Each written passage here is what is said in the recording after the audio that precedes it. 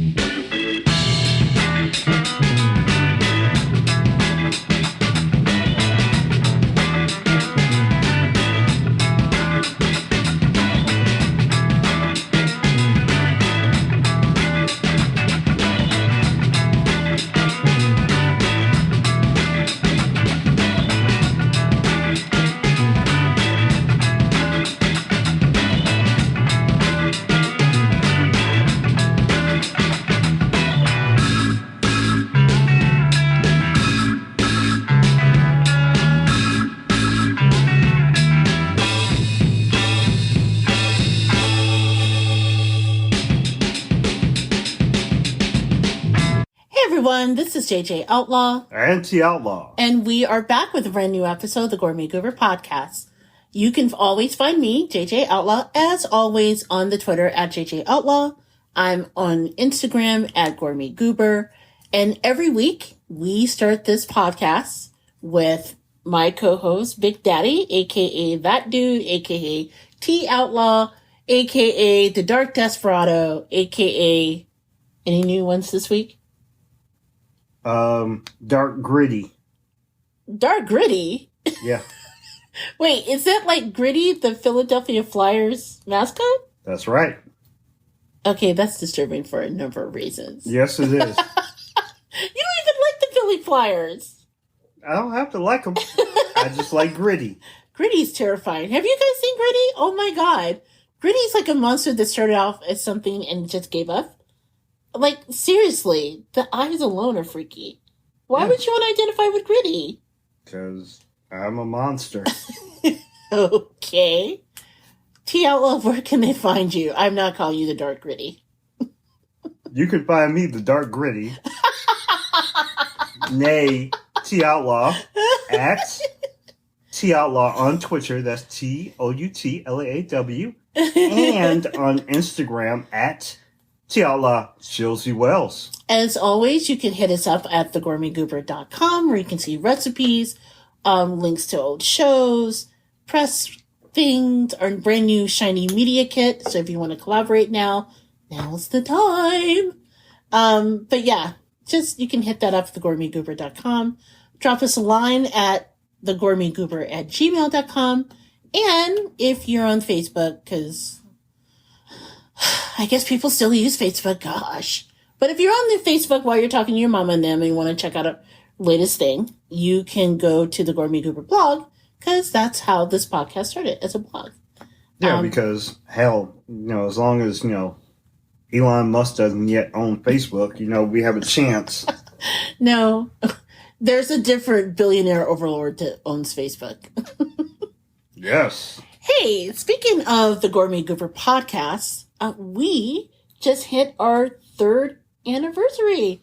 Woohoo! So that's right. Happy birthday to us. Happy birthday to... Oh, wait a minute. I forgot we have to pay for that. Never mind. Yeah. We don't have that kind of money. My bad. Y'all need to buy a lot more t-shirts for us to do that.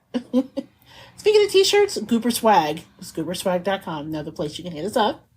But we also recently hit a milestone. Well, actually, we've surpassed that. So in terms of downloads, which we're a little indie show. We do it for the love and because we're goofy and wanted something to do with ourselves, and it was just a cool way to hang out.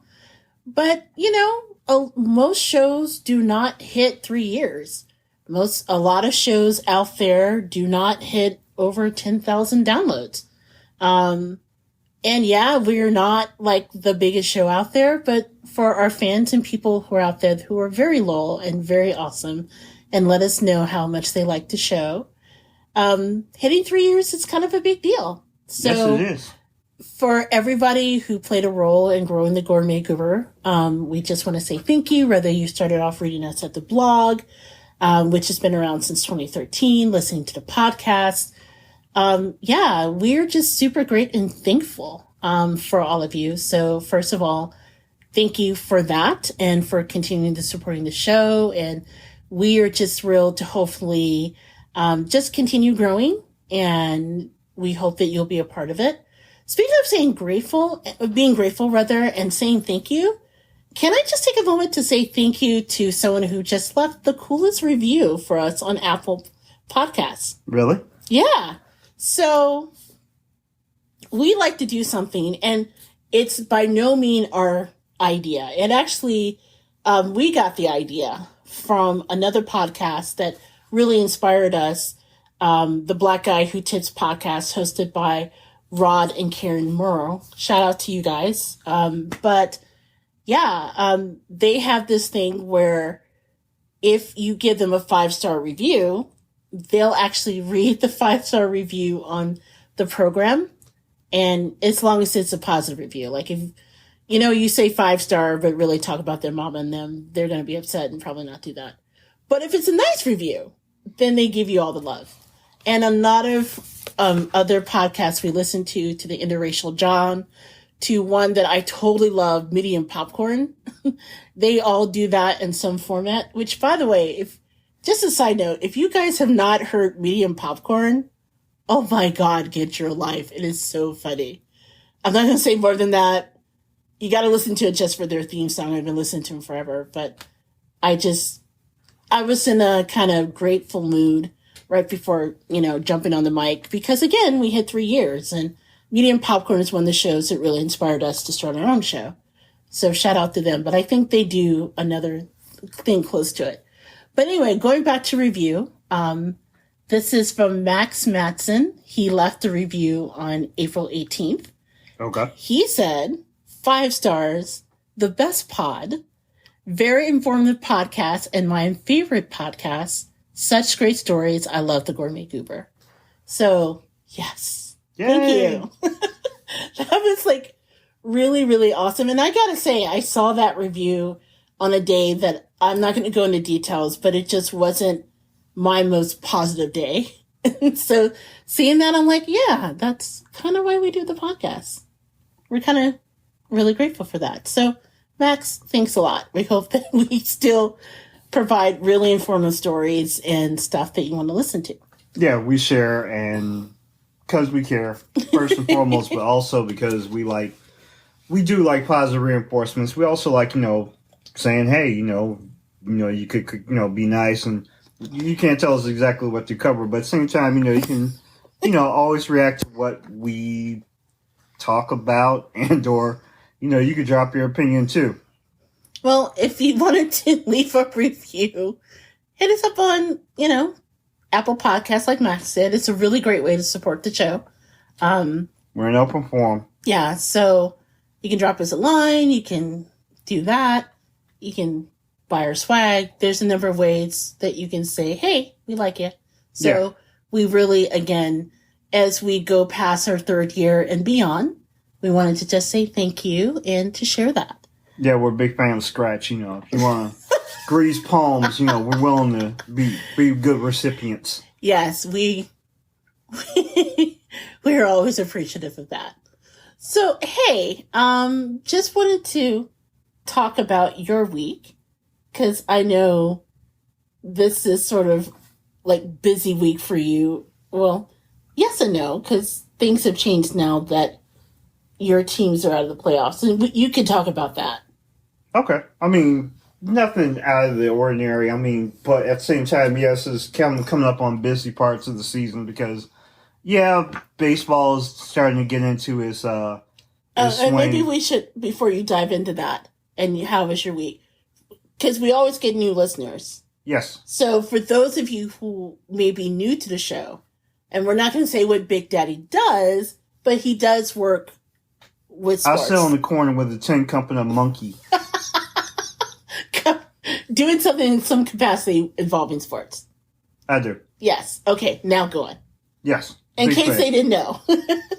So basically, I'm the guy who walks behind, I don't know, Kevin Costner and Tin Cup, and I'm basically bringing the monkey.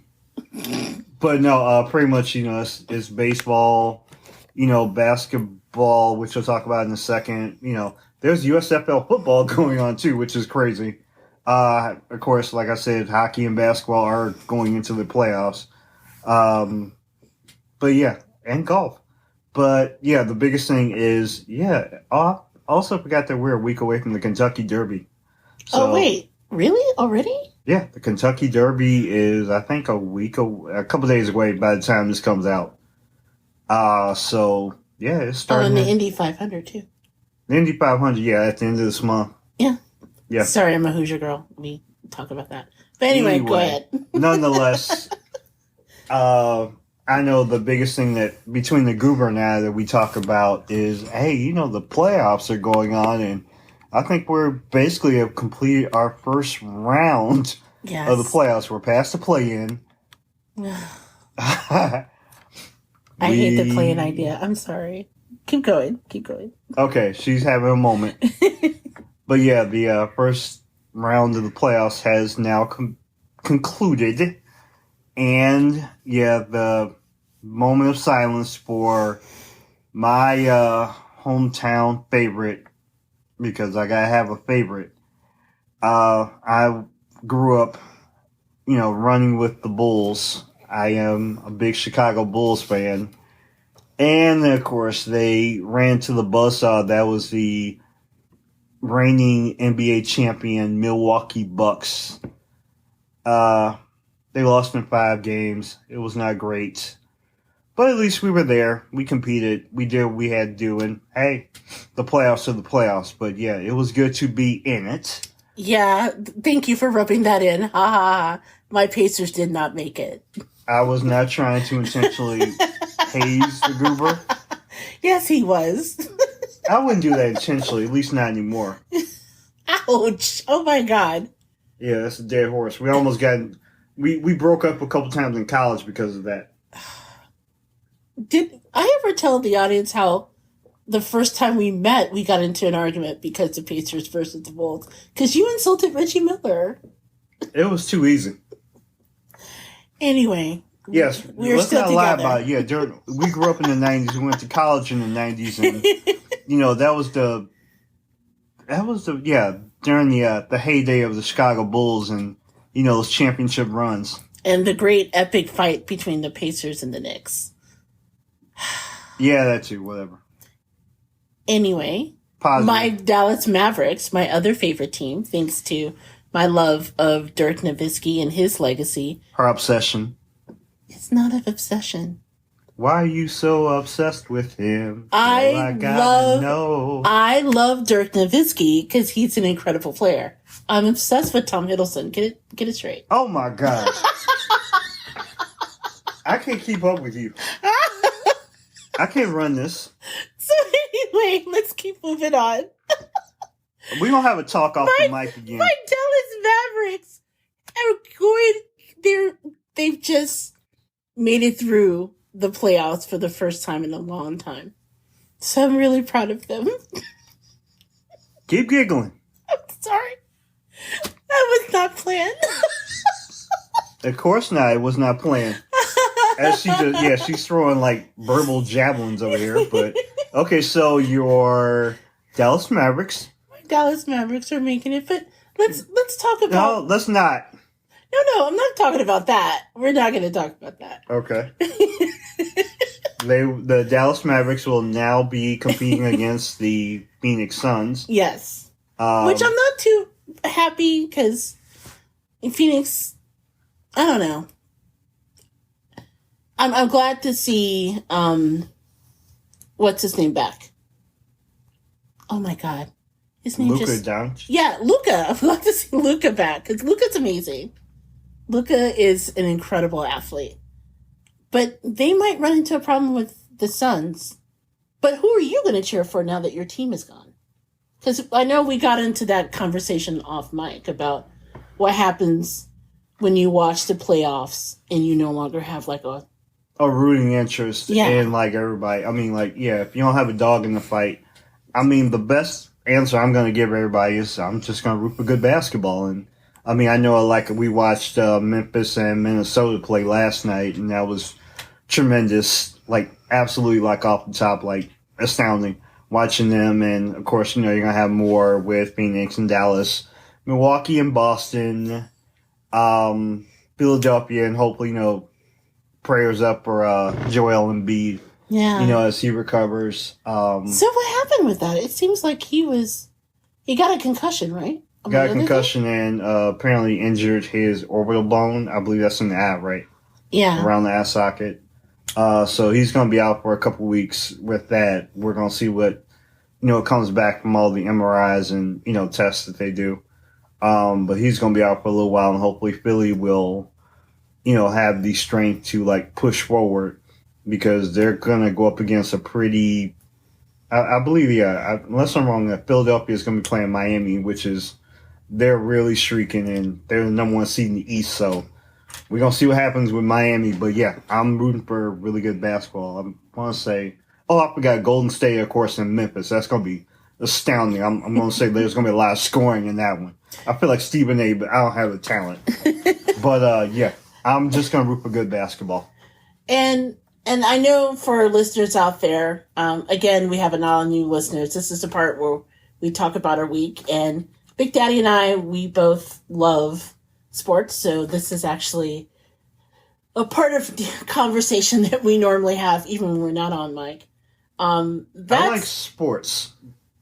The goober likes basketball. Look, I was born and raised in Indianapolis, okay?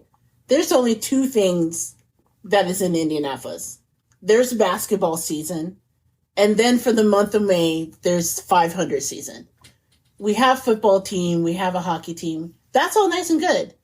But make no mistake, we exist for two reasons sports-wise.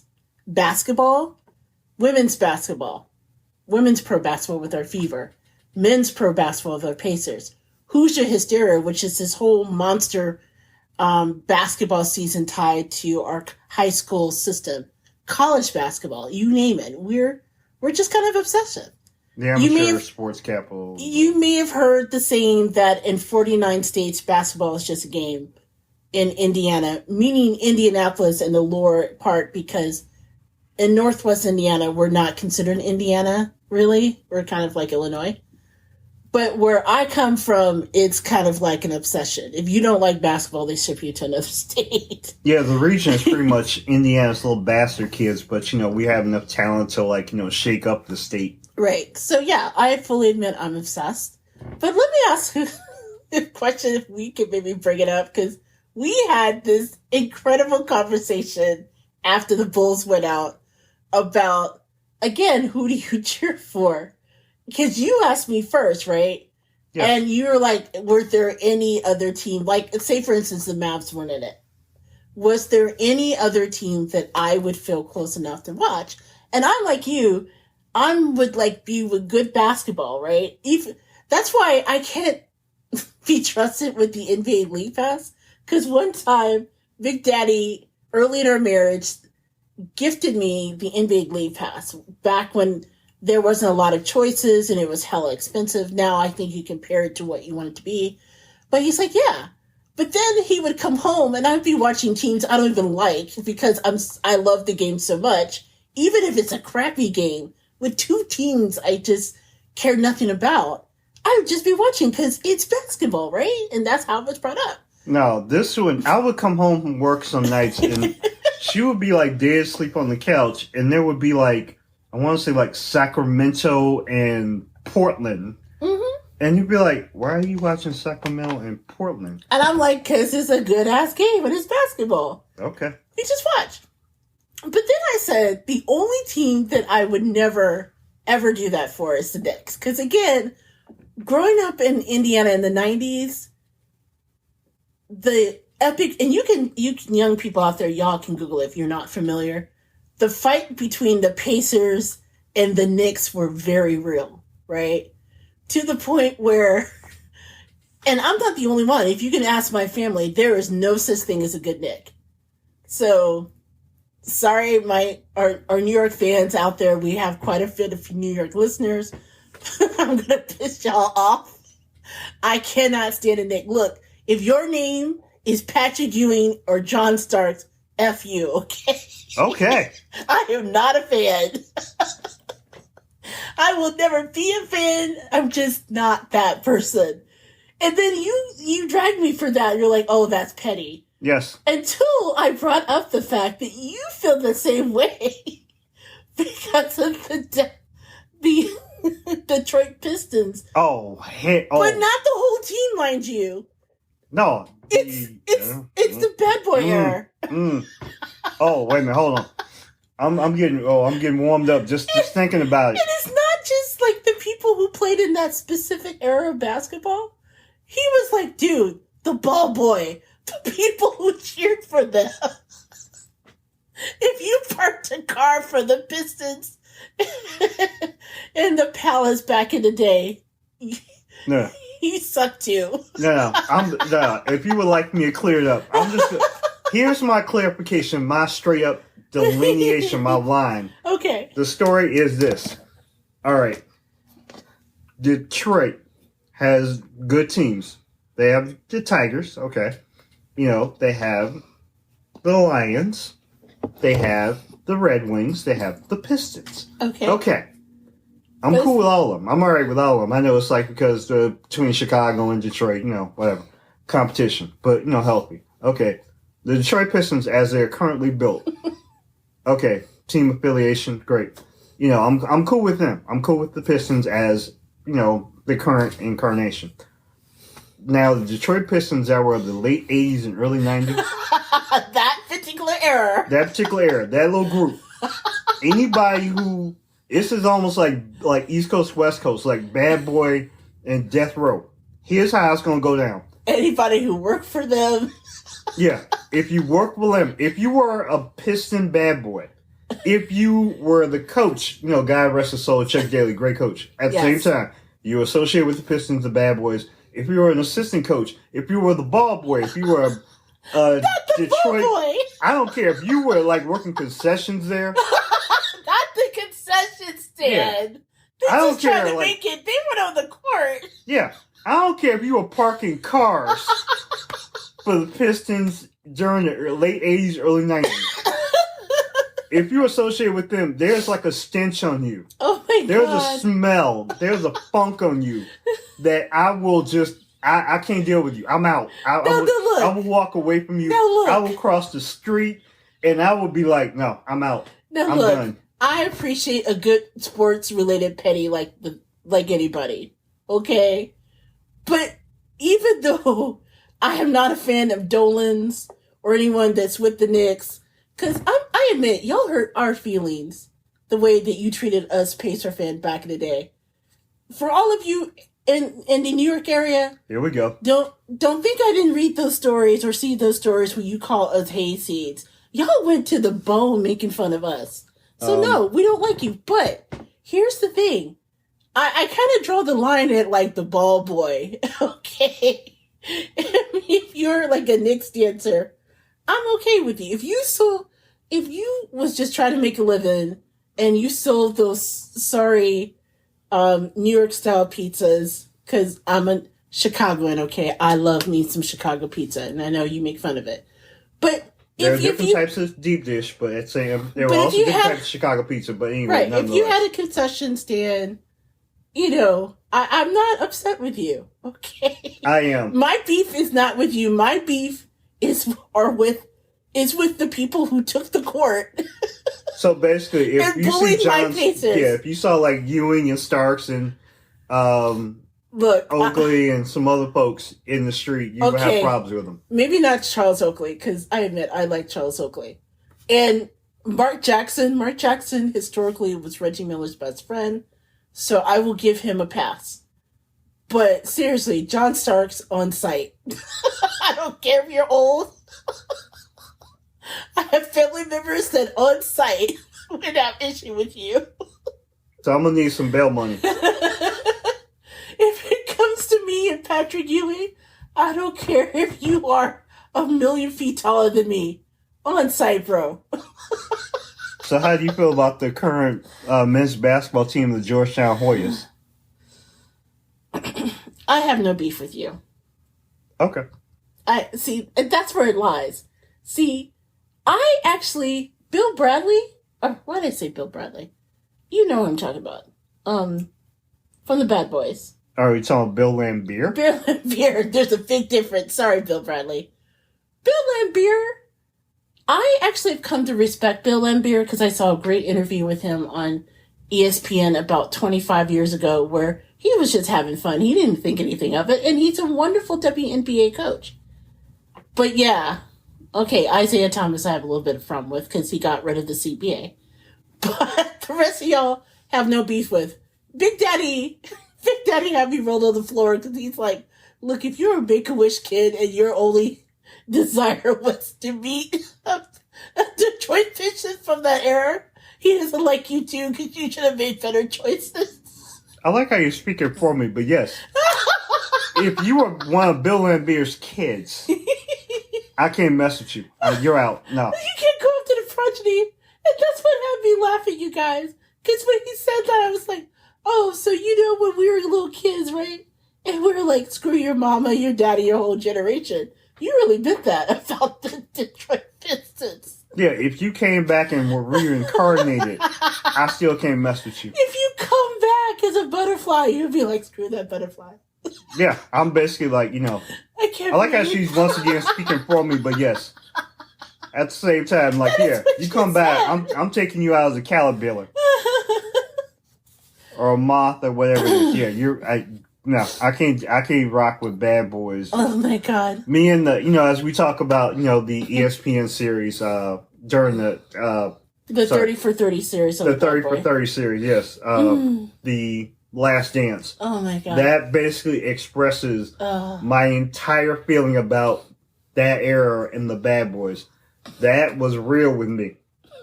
Me, like my entire family, has the same opinion of the Pistons. And I got family in Detroit. Hopefully they're listening, but they know how I don't mess with them. Oh God. So anyway, now that I need to cool off, I need to go through a woosah, meditation to get this off. So now that we covered that, and I didn't mean to bring that up for you. Yeah, and I hopefully need to we cool didn't off. lose some listeners. So anyway, Goober, if you can recover, how was your week? My week? What's in your wallet? What's in my wallet? Yes. Doctor Strange tickets. Yes! Oh no. Here we go. The Marvel Blurred speaks. Look, there was two things that was occupying my time since the last time we were on the mic, right? One was the playoffs, because, again, growing up, I love me some basketball. But the other thing is, by the time this comes out on Tuesday, then we will only be a few days away from Doctor Strange and the Multiverse of Madness. Wait a minute. I think she has a clock somewhere in this house that has a countdown to, like, when we sit in the movie theater and watch this. You know what's so bad? We bought my Mother's Day present this past week, and we were talking about when's Mother's Day. And Big Daddy was like, yeah, it's May the 6th, or May the 8th. I was like, oh, 2 days after Doctor Strange Day. That's true. And he looked at me like, are you keeping track of time based on this movie? And I was like, yeah, it's that big. Dude, let me tell you, because here's the thing. Here we go. Because you know that, okay, story time, backing up. I've talked on this show about my love of comic books, right? I grew up reading comic books. I got my love of it from my father. Years ago, when I was a little girl, my dad used to have a box of the most incredible comic books he kept preserved from his youth. I'm talking like he had the original detective comic that Batman first appeared in. He had an issue of the Fantastic Four, which had the first appearance of Black Panther before he had his own separate thing. Wow, I'm impressed. My dad had some of EC Comics and their original Tales from the Crypt because he liked that. My father has always been really interested in science fiction and fantasy. So one of his favorite characters was Doctor Strange. Now, I never liked Doctor Strange as a kid because I thought he was kind of a jerk. And he is kind of a jerk, but he's also a very intriguing character. So when, in terms of like the Marvel Cinematic Universe, when they introduced him, I reluctantly watched the movie because as I learned with the Ant-Man series, that was another one I didn't really care for. My comic books growing up was always like Captain America. It was always Spider-Man. It was always the X-Men, the Uncanny X-Men series. And some of those things. Oh, I'm so sorry. I didn't mean Spray it. the cough. You know what I got from, my parents? Actually, my mother? What's you know that? what my love of? What? The disdain of the bad boy Pistons. That's where I got my love of the haterade for the Pistons. So anyway, continue. Doctor Strange. So anyway, this new movie that's coming out on Friday, Doctor Strange in the Multiverse of Madness.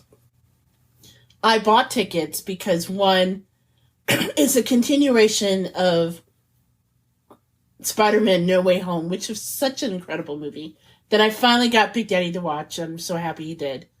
If for those of you who aren't familiar with the Marvel Cinematic Universe, it's an interconnected world. They kind of recreate the interconnectedness of the comic books and how they jump in and out of each other's storylines. This is where this is about to become some Neil deGrasse Tyson type analysis. Hey, leave me alone. I know, I'm just that's the only reason I'm jumping in this. I'm explaining why I'm watching it because you even point out, like, okay, why are we buying tickets like hella early? The movie isn't even out yet. And I'm trying to say, like, we have to, even though I'm not fond of the character plays a role in this next iteration of the Marvel Cinematic Universe. The next level. Right. So they have different phases. They're on phase 4. And I've been really careful because they've integrated television shows and things like that. And I've seen everything. Even Hawkeye, which I'm not a fan of Hawkeye either. Although Big Daddy likes Hawkeye because he's basic. Ooh, burn. I feel like I think I just got patted on the head and dapped. You did.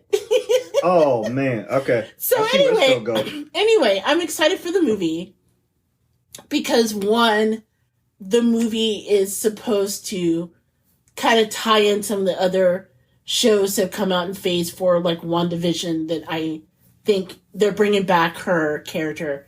They're introducing another character whose comic book I've been reading. I really like America Chavez, Miss America. And Miss America? Yeah, that's the name of her character, Miss America. Oh, okay. I did not know that. Yes. And in they're going to finally, it looks like, introduce Professor Xavier, which means it's a tie-in from the X-Men and bringing the X-Men into the universe. Oh, so they're going to be able to say the word mutant now. Yes, they're finally, I hope, are going to be able to say the word mutant without getting sued by 20th Century Fox, because now Disney owns 20th Century Fox. So the whole thing is supposed to be like this big movie geekdom moment.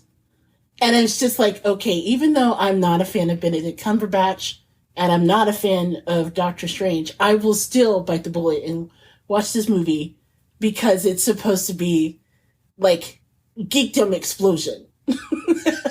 Why don't you like Benedict Cumberbatch? He's all right, I guess. I don't know why. I know he's like an pretty good actor who's got a lot of awards, right? No, he's an excellent actor. It's just I can't put my finger on it. I've just never been a fan of his. He's okay. I'm shocked. Okay. But all right, got my bad. I mean, he's a brilliant actor. It's just that if you ask me why am I going to see Doctor Strange, it is not to see Benedict Cumberbatch. It is not for Doctor Strange. Okay. It is just to make sure that I do not miss what is going to be a monumental link in the cog of all the shows that I've spent the last 24 months almost feeding into. So it's kind of like, you originally weren't a big fan of the Ant-Man, until you found out that it was the next little twist in the level, somewhere in like level 3, right? Yeah. The third phase on the connected everything. I purposely skipped the Ant-Man movies because growing up, I didn't like Ant-Man, but as I found out, I didn't like the original Ant-Man, which was Hank Pym. Which the Hank Pym from the comic books when I was a kid was kind of an asshole. But Scott Lang is great, and I love him. So now I love Ant-Man, and I wouldn't miss it for a world, and there's a new Ant-Man coming out. But this year, it's just like Marvel geekdom, because I'm watching Moon Knight, which if you guys are not watching Moon Knight, please watch it. It's so very good. And here's something I just found out. If you do watch Moon Knight and you watch the last episode 5, which will be out by the time this is gone, look for a QR code. And if you scan the QR code, you'll get a free Moon Knight comic book. So I got that the other day and read it. It was the first issue ever, which was kind of badass. Okay. But yeah, there's Moon Knight, Thor, Love and Thunder. There is Miss Marvel, which I cannot wait for, the Miss Marvel comic book series. It's amazing. So they have a lot of great stuff coming out. Wait a minute. I thought there was supposed to be a Panther movie coming out too. Oh, yeah, Black Panther. Oh, yeah. I got it right. Now, that's the one you're excited about. Yeah. That's the only thing, because Vic Daddy doesn't understand it. And whenever we go see the movie, I told you we're buying tickets. We're going to an early fat matinee. And then you looked at me like, does this mean that I'm going to sit in the theater and look at you kind of confused? Yes. That's exactly what I'm thinking. But, yeah. I ride this. I'm slow. We're just going to say that. Sorry that we've probably geeked out way more than I should, but that was kind of like a big part of my week, making sure we got tickets, and we did. Yeah. So probably in a later episode, I'll be able to, when it's to a point where I'm not spoiling it for everyone, we may touch upon it again. But between basketball and that, oh my gosh, I almost forgot. What's that? The third thing that kind of occupied my time that I had to bring you in it. The Snickers thing. Oh, okay. Should we bring that up? Oh my God. And I don't know how I feel about this. Okay. All right. How delicately? We have to talk about this delicately. So the Gourmet Goober podcast is hosted by two people who are happily married and we're grown. Okay. If you haven't guessed from some of our earlier conversation in this episode, we are two grown ass people. And I say that because it's kind of impossible. Even though we are married and we're grown and everything, if you've listened to other episodes, you know that we try to keep it light because we never know who's listening to us, right? And we want to be respectful of that. Yeah. You know, we don't drop a lot of F-bombs. I mean, we do, but it's, you know, we try to not cover themes that might be a little questionable. Yeah. So that in mind, this next story, here we go. It's a little questionable because it is about Snickers bars. And basically, in a nutshell, if you haven't been on Twitter, on April 16th, there was somebody by the name of @Juniper who decided to make fun of Tucker Carlson's complaint about M&M's trying to get their animated characters, I don't know, to be more respectful, more in the 2022 range, right? And he's like straight up 3,000 and late. Yes, definitely that. So he was complaining that M&M's were making their animated fake talking M&M's woke, right? So as a response, she tweeted a fake story that says Snickers are officially caving at removing the world-renowned Dick Vein from the candy bar. I'm sorry, I just read it what it said, okay? Let me clear my throat. So, someone not realizing that this is a parody account who regularly tweets fake stuff. There are some people who took that as real. And it started this avalanche of people being in their feelings over the fact that now the woke police has removed veins from the Snicker bar, right? To the point where then someone posted on April 19th an actual picture of a Snickers bar that has been adjusted. Like it's been altered. And it looks smooth, okay? So then Snickers on April 19th decide they've had it enough. So Snickers actually tweeted, I can't believe I'm reading this. Okay. Good news. Contrary to what's trending on Twitter, the veins remain. So then other brands started tweeting them back, and it becomes like a lewd thing with candy. So like Twix responded to Snickers, whew, that was a close call. And Snickers is like, waiting for the day you show yours off. M&M's jumped in and said, maybe this should have stayed in the drafts. And Snickers is like, shh. And then, oh my God, Fleshlight said, okay, I like it, Picasso. Okay.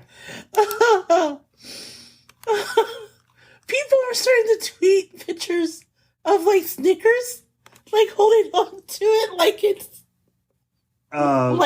yeah, a piece of male anatomy. Like, dude, we're adults. They're holding on to it like it's a penis. Okay. the male and the Corsican. Pizza Hut responded the way we ran to the replies, to which Snickers responded, glad you can come where the nuts reside. Oh, man. So, I'm just like dying.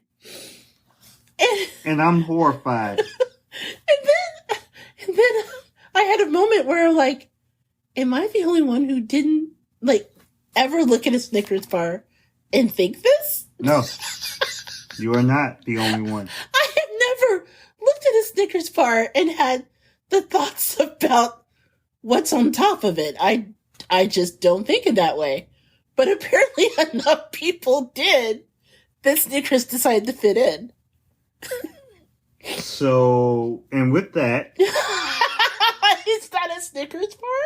You did not get a Snickers bar. Where were you hiding that? It just happened to be, something I picked up a week ago from the store. Which is ironic. I never looked at the front of the candy bar wrapper. And it says Satisfied? It says Satisfied, and I'm thinking, is somebody trying to tell me something? I think this is the dirtiest thing we've ever talked about on the show. So, Big Daddy, are you happy that the veins remain?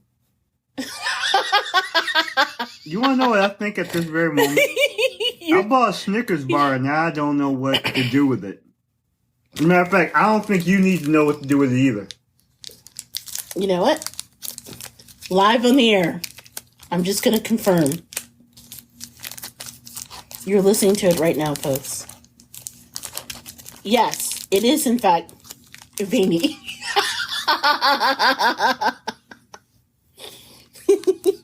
Am I going to watch you partake of this? Wait a minute. Do I need to lean back in my chair a little bit and watch this? I'm going to call him Tom.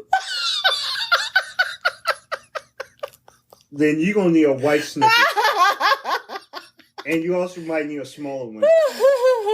Oh, God. Okay. Wait a minute. Is there a Snickers mini? Stop it. I need a moment. You need definitely a paler one.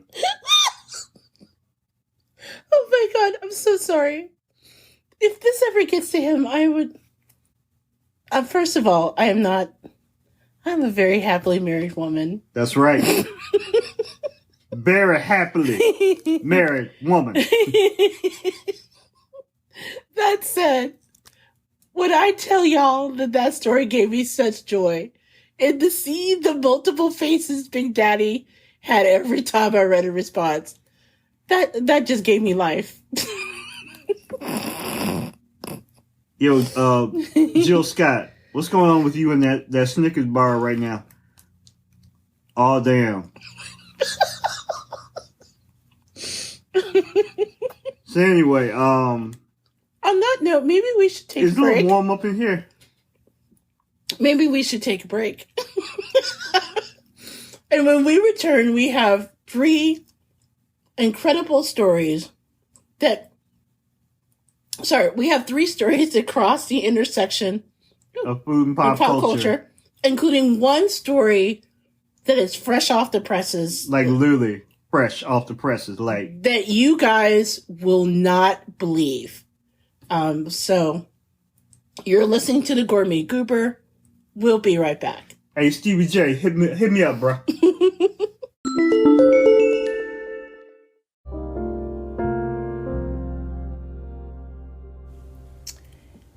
This is JJ Outlaw, better known as the Gourmet Goober. In our next segment, we will be taking a moment to honor the life of singer Naomi Judd, who unfortunately lost her battle with mental illness earlier this week. As a reminder, mental health conditions such as depression or anxiety are real, common, and treatable, and recovery is possible. So if you or someone that you know is in crisis right now, or is dealing with suicide ideation, there is help. Please call the National Suicide Prevention Lifeline at 1-800-273-8255. That's 1-800-273-8255. You can also reach the crisis text line by texting HELLO to 741-741. Both services are free and they are available 24 hours a day, 7 days a week. All calls are confidential. And if you are concerned about a friend's social media updates, please contact the social media outlets directly or dial 911. This message has been brought to you by the Gourmet Goober Podcast and Plum Good Media.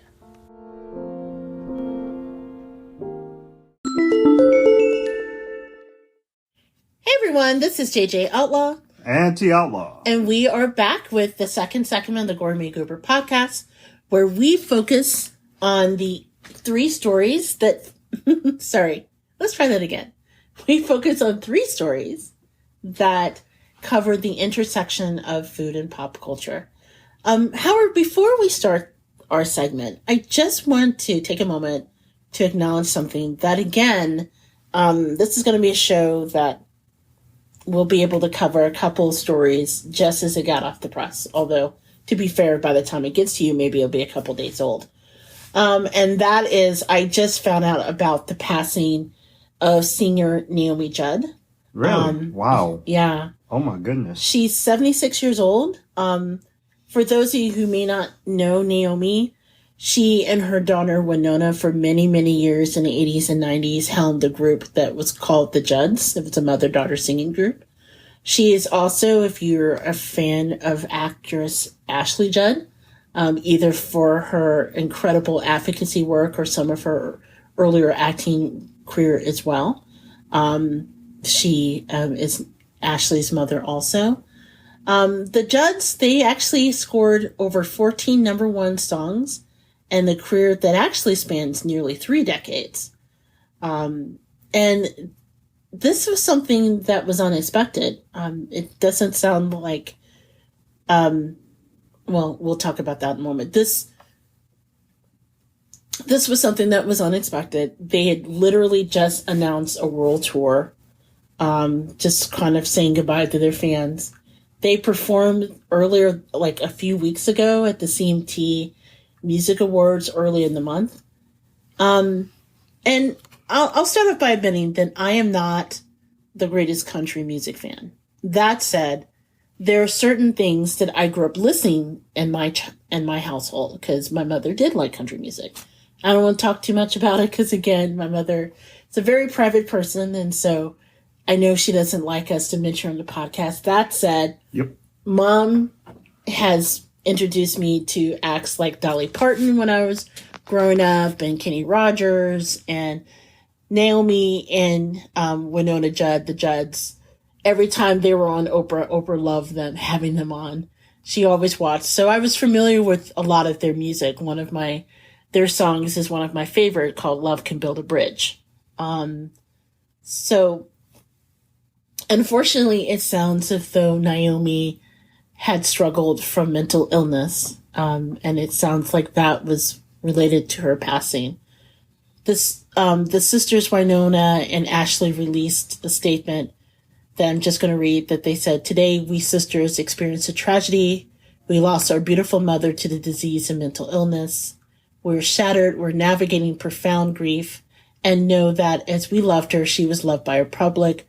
We're in unknown territory." She was said to died near Nashville, Tennessee, and there are no further details about her life, or her passing, rather. The thing is, this Sunday, we're recording this on a Saturday evening. Tomorrow, like this Sunday, she was actually supposed to be inducted into the Country Music Hall of Fame. Oh my goodness. Yeah. Along with her daughter, the Judds.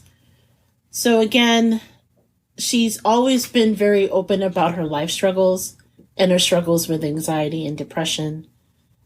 She was an extraordinary artist, and whether or not you like country music, she and her daughter definitely made a mark in the world of music, period. And my heart just goes out to them, and I just hope that, they get peace from this at this time. But yeah, she literally is going, I guess, according to something I just read, they're still planning to induct her to the Hall of Fame tomorrow.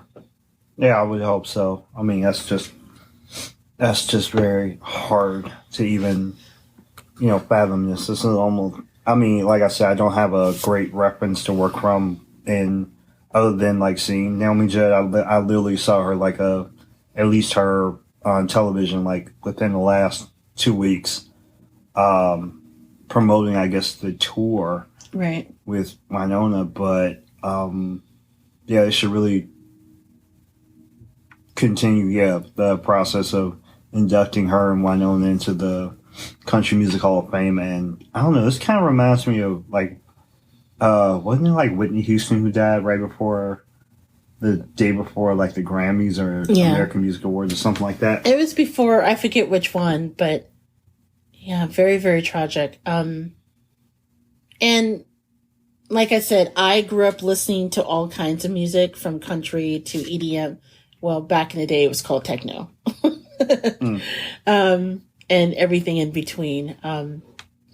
So I have a profound appreciation for the Judds and their early work. Again, Mama, He's Crazy, and Love Could Build a Bridge. So, yeah, just thinking of them tonight and just sending peace and love to wherever they are right now, because that's a horrible thing. And many condolences.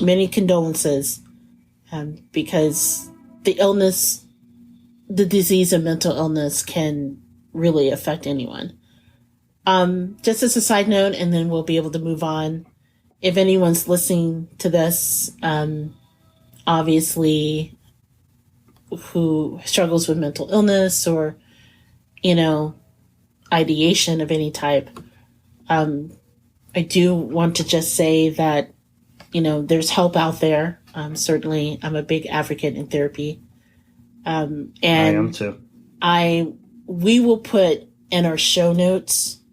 I think it's appropriate since we mentioned that, and without going into any details, and I don't want to say anything, but it sounds like this might have been a situation where, it was caused by self-harm. Allegedly. So if anyone's listening and they need help with that, we're going to put in the show notes the number to the hotline. So we encourage you to either keep it for yourself or share it for a friend. But, it's important to normalize that mental illness is a disease, and we should look at it that way, no different than breast cancer or, heart issues or things like that.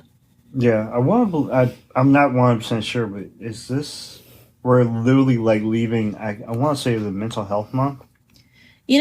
I think it is, actually. Yeah. But yeah, again, my heart goes out to them because no one should lose a loved one that way. Yeah. So we're going to make a quick transition and talk about the 3 stories that cross that divide between food and pop culture. This is a barn burner. And this first story, oh my God. Okay, just to kind of give you guys an idea. Even though a lot of what happens on camera is unscripted, i.e. the I shall name it Tom. Big Daddy was not expecting that, all right? The look on his face. Not expecting that. But we do meet every episode, and we have production meetings, and we keep track of each other. So by the time that we go on the mic, we have a pretty good idea of what we're going to talk about. We had everything worked out. I'm sorry, I'm losing my voice. We had everything worked out. And right before we were about to jump on the mic, we saw this story and it blew everything up. Because believe me when I tell you, this is going to be something that everybody's going to be talking about. And because it is freaking wild. It's a story that is hitting Vanity Fair magazine. Okay. And they posted it online this weekend. So for those of us who really love food culture and really follow chefs and, things like that, one of the avenues by which we really, I know for me, I started watching cooking shows when I was very young. So PBS, they had a lot of cooking shows like, Ming and Liddy and just, Julia Child. So public broadcasting was a way to go for a lot of these people. And then the advent for Food Network, where they literally turned into celebrities, people like Emeril Lagasse, and a gentleman in the early days of Food Network that you may know the name, David Ruggiero. So just to give you an idea, he was, by the time he was 30, he was very well known as far as having cooked in kitchens at some of the finest French restaurants in the early 90s in New York City. La Chantilly is one of them. Maxim is one that was very well known. He himself made a name for himself because he started out as a Brooklyn boxer and he became a chef. Ruggiero, at his height, he cooked for presidents like Nixon and Carter and Reagan and the last dude. He who shall not be named. He's cooked for Martha Stewart, the Prince Albert of Monaco. He was actually named as one of the top 13 chefs in the nation. That's how big this dude is, okay? And the New York Times food critic Brian Miller twice awarded his restaurant 3 stars, right? And the New York Magazine's Gail Green said his Le Chantilly was a miracle in 57th Street. So at his height, he had all of this acclaim, right? He had a PBS series called Little Italy with David Ruggiero, which was really popular. And then in the early days of the Food Network, alongside Emeril Lagasse, he actually got his own primetime show, which is called Ruggiero To Go. And I think I remember seeing that, right? Okay. So, all of this fame and fortune, right? So, what happened was he was busted. Like, he lost everything. And just taking a step back, Thursday, July 2nd, 1998, the police entered one of his restaurants. They were looking with a search warrant, and they accused him of defrauding a credit card company of $190,000. And he did that by inflating diners' tips. Now, at first he denied it. He eventually acknowledged it, and he wound up getting, like, what was it? Like, he had to pay back restitution. He had 5 hours of community service. He was on probation, the whole 9 yards, and he lost everything. So Vanity Fair decided to come back and revisit him. And this is what they found out, which is so freaking just like literally crazy. Big Daddy and I were like mouths wide open. So we start with like, that's David Ruggiero is not his original name. No. David Ruggiero is an invention, according to Vanity Fair. According to his baptismal birth certificate, he was born Sabatino Antonino Gambino. That's right, people. This guy, who is probably one of the most celebrated chefs in all of America, if not the world, was actually a member of the Gambino crime family. Oh my God. Bing, bing. Yes! Like, Bada bing. literally something out of Goodfellas. Yeah. So get this. So his father was Salvio Erasimo Gambino.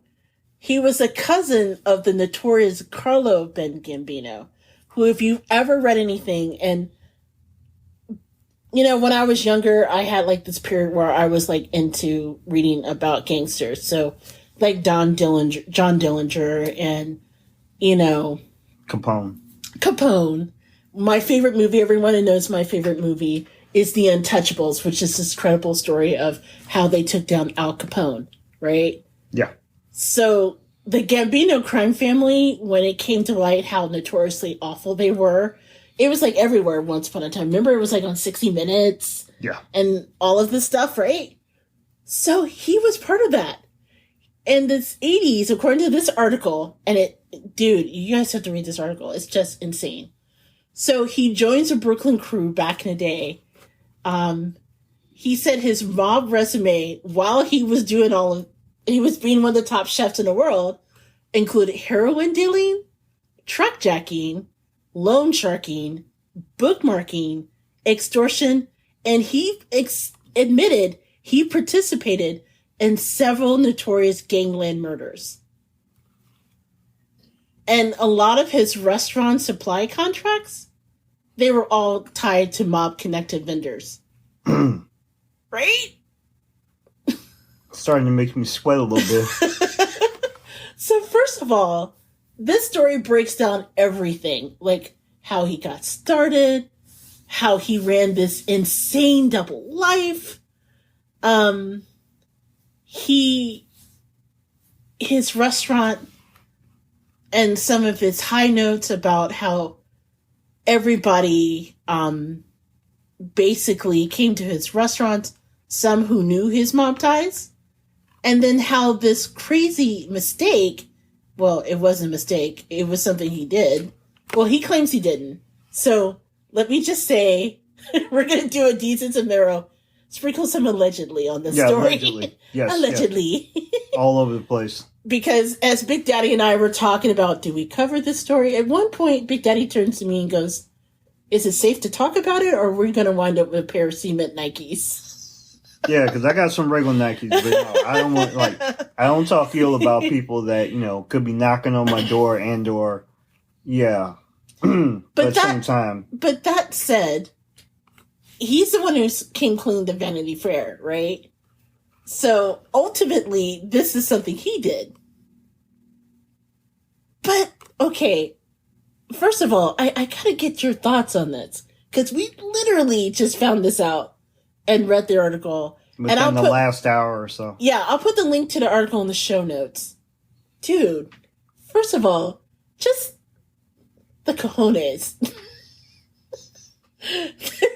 To be like one of, like a huge gangland association. Like a made man, so to speak, and then just leave and just run a restaurant. Like, run 5.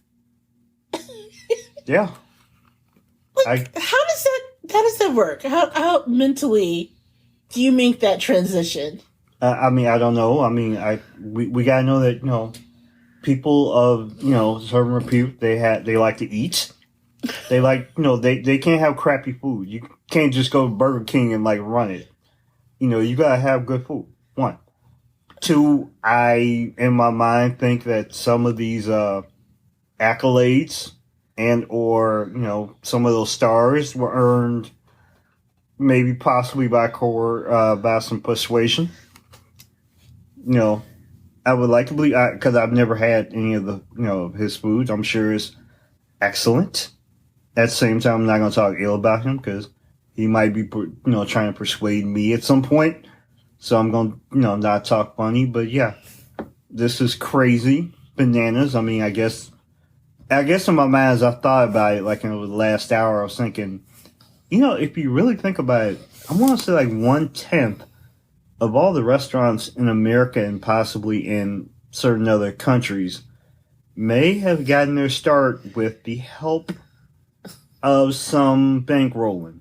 And you know what? It's funny you say that, because one of the things in the article that really got me was, obviously the author was incredulous, right? Like, dude, how the hell do you do this, right? Mm-hmm. So one way Ruggiero rationalized his lawlessness, according to the article, was that the hospitality industry was not exactly a bastion of upstanding behavior. He goes on to say, there are more thieves and deviants in the restaurant business than there are honest guys in the street. Yeah. Oh, snap. So, yeah. I truly believe that. I would really have somebody I don't 100% trust, Rachel Ray nor Martha Stewart in their beginnings. We don't know what they're involved in. But at the same time, that's allegedly. I'm not saying anything ill. But at the same time, yeah, I truly believe that. But at the same time, yes, this is just amazing that he was this involved in. I guess my question is, why Vanity Fair and why now? Well, okay. Now, part of the reason why he's coming clean, my understanding is, it sounds like he's trying to maybe get back into the restaurant business. But sadly, there's another side to this that, during the conversation, he had mentioned that he was motivated by feelings of guilt and betrayal. Because in 2014, his son, he had a 27-year-old son who the article describes as an aspiring gangster, died from an apparent drug overdose, which he felt irresponsible. And then he was upset when his crime individual, Gambino Capo, the guy that was over him and ran his crew, didn't show up at the funeral. Now, to be fair, it sounds like he was under house arrest, but Ruggiero insisted that he could have mentioned it to the parole officer and he could have made it to the wake. For whatever reason, he feels sorry that he did it, whether it's for his own personal reason. I can't speak to that. Okay. I am sorry to hear about his son, though, even though it sounds like his son looked to be in the business. So who knows how far that went. But part of what I was thinking about is two things, right? One is the fact that if he was truly involved with some of these awful things, I mean, could he be at risk of, like, does the statute of limitations goes out?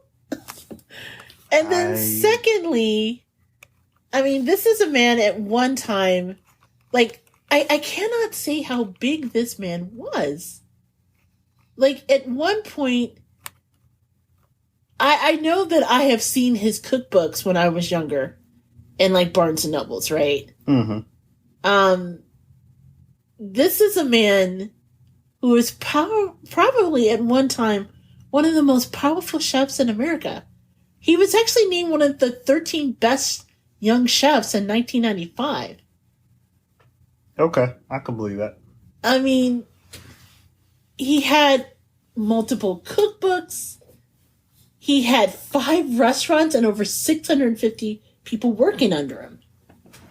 Like, why would you risk it all for a credit card scheme? Okay. Because you know he probably had way more than the $190,000 that he took, right? Yeah. Did he want to get caught?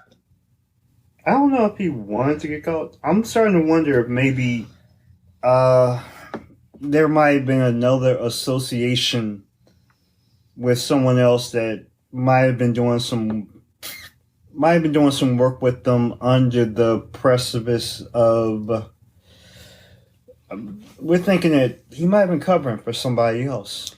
That's my opinion. And that could be it, because the article, and I don't want to give too much weight. Again, read the article. I'll put the link in.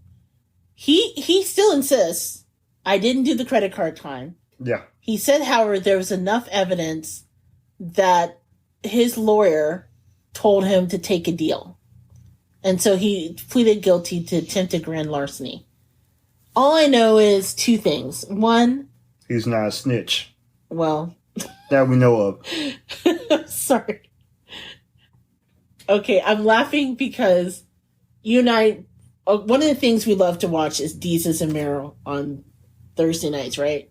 And didn't they just have like a sketch about people who... Yeah, a doctor who will... a doctor who fixes you up if you are a snitch. Or shoot, yeah, you've been through some things. Been through some things that are mob related. Yeah. So I wonder if he's going to need to visit that doctor after we're done. Because he apparently told all. That we know of. That we know of. Yeah. Allegedly. Sprinkling allegedly. Hopefully it's not true, like, throughout this article, I don't see any, like, major naming of names. He probably more implicates himself, not so much other members and or people of association.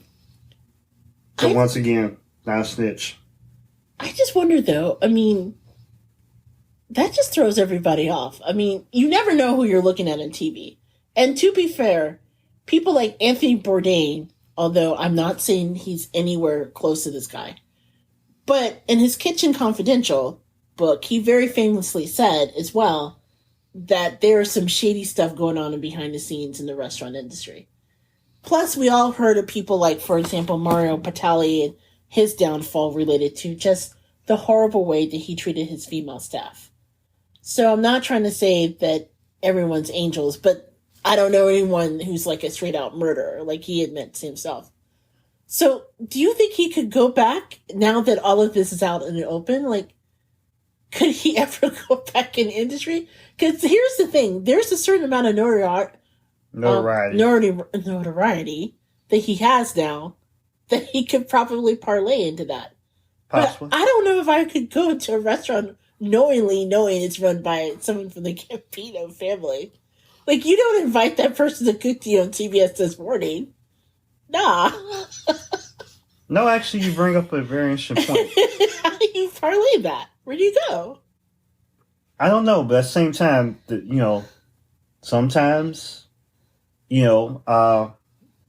some publicity is good publicity.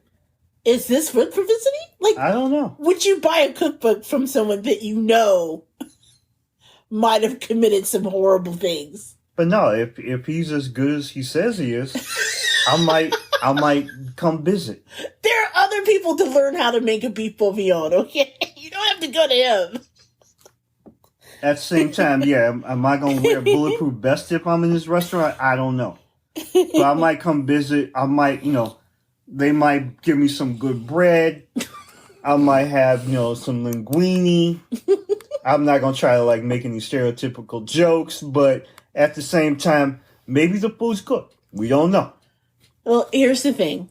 Big Daddy, you know that I am a Francophile when it comes to French cooking.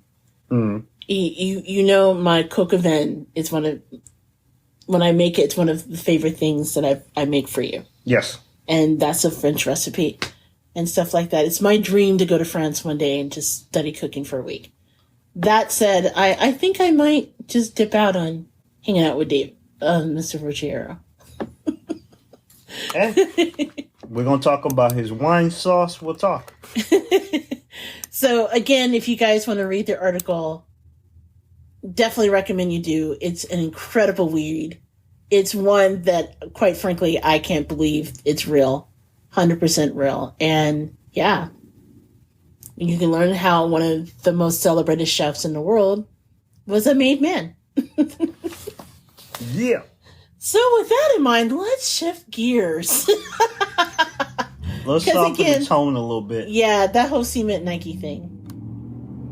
It's that plays the background. Hold on. Let me make sure there's nobody creeping.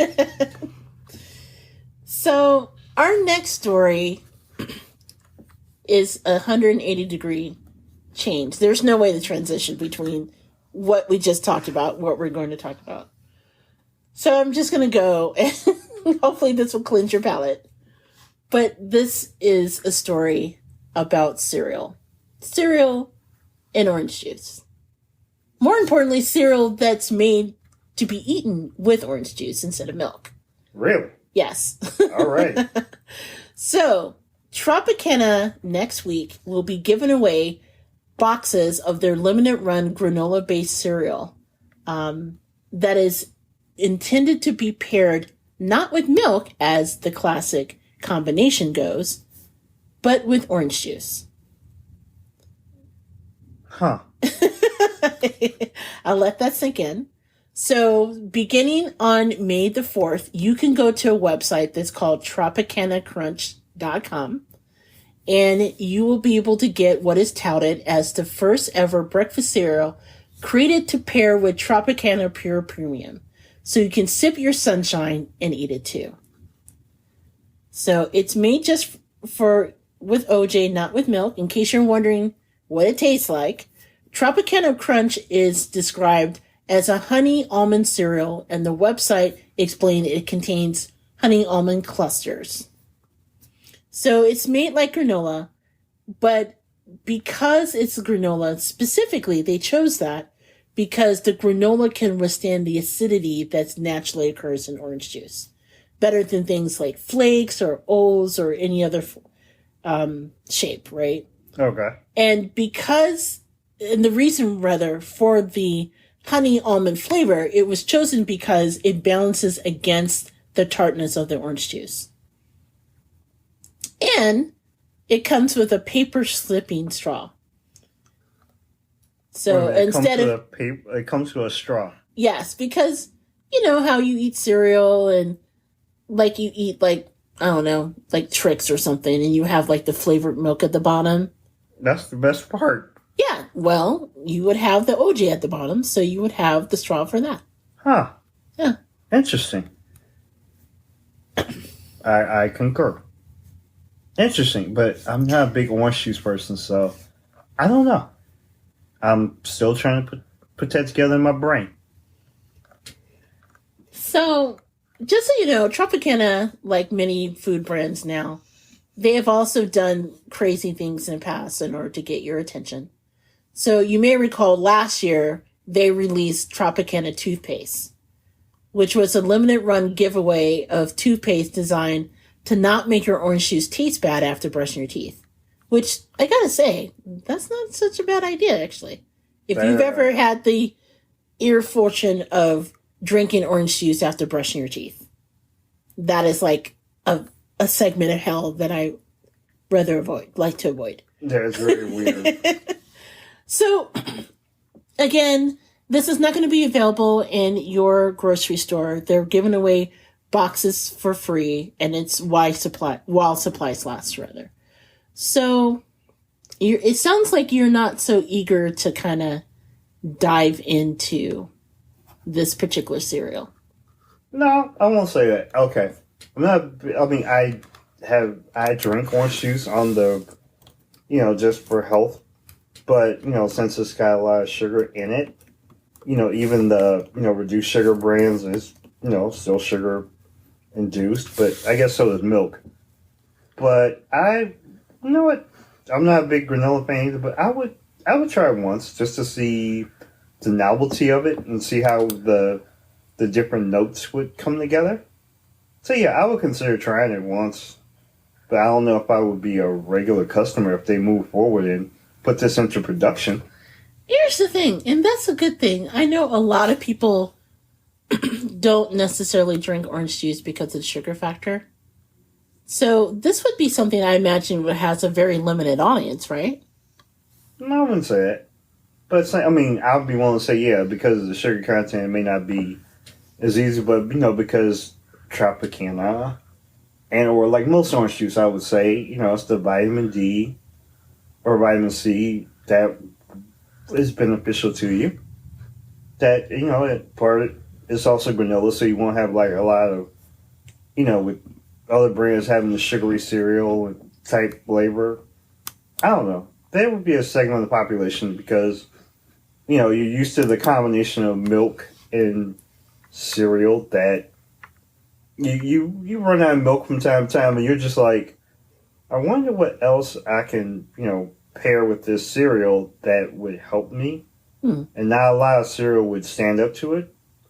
You can't really put Jack in your cereal. Sometimes when Wait. You mean Jack is in Jack Daniels? I met some people in college that did that. Are you serious? Yes. Okay, that is the most insane thing I've ever heard. Trust me. This is someone who once for a class project, remember in my advertising class, which I still think was genius, we were supposed to come up with a product targeted towards college students, and I came up with Jolt cereal, which I think is brilliant, where it has 3 times the calorie, sugar, and fat, where it just wakes you up. Like, you don't care about that, you just want to wake. Yeah. It's like cereal with caffeine. And the teacher gave me a C because he said no one would buy that. But today people would buy it. He didn't have the vision. Yeah, your vision was definitely well in front of others. You were an innovator. I was just mad because that was the only C I got that semester. But anyway. But yeah, like aside from, as you say, people who would put random stuff in their cereal, as opposed to milk, and those unfortunate people that have had those struggle meals where it's like cereal and water. Yeah, they have to like dilute it with water and or evaporated milk. I'm still having flashbacks. Yeah, I find that would be interesting. Well, you know what? I would probably try it myself. And tell you what, if any of the listeners having the chance to snag their hand on one of the cereal, please email us or let us know on the show how you like it. We would definitely share it with everyone else. Because it sounds like it sounds crazy, but I would probably still do it. I would probably try it. Okay. Just to say you would. Yeah, definitely email or tweet us. and see what, and see how it tasted. Yes. So we're going to wrap things up with a story that leans itself towards a legal issue, but not so much like our first story. So, yeah. Again, this is actually something that Big Daddy just told me right before we jumped on camera, but I thought it was or Mike rather, but I thought it was kind of interesting to talk about. And it is about a lawsuit of all things Country Time.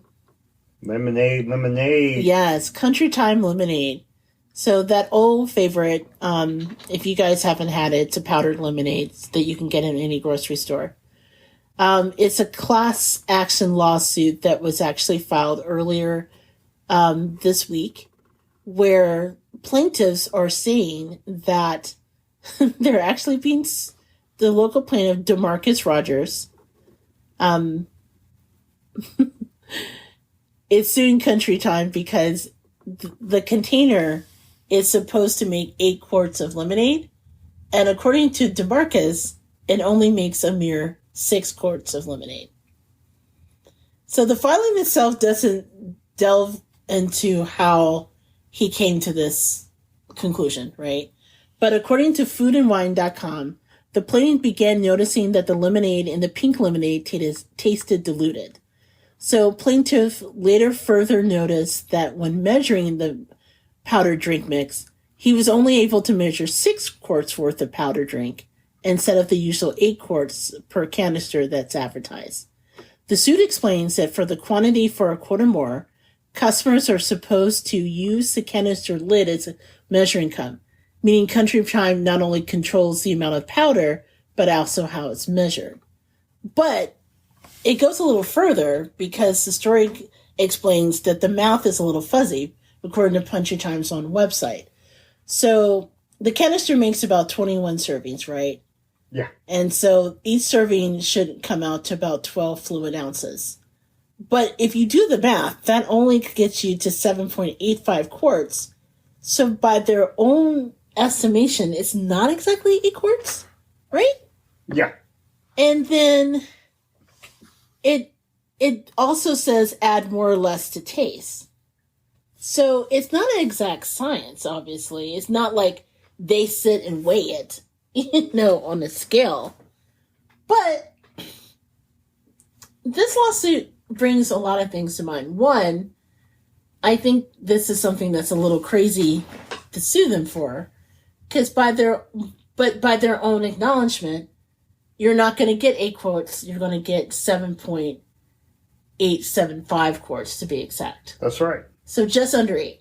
But on the other hand, it depends on how you measure it. Because as I was explaining to you, like when you bake, for example, when you bake and you use anything dry ingredients, they tell you there's a certain way that you have to measure it.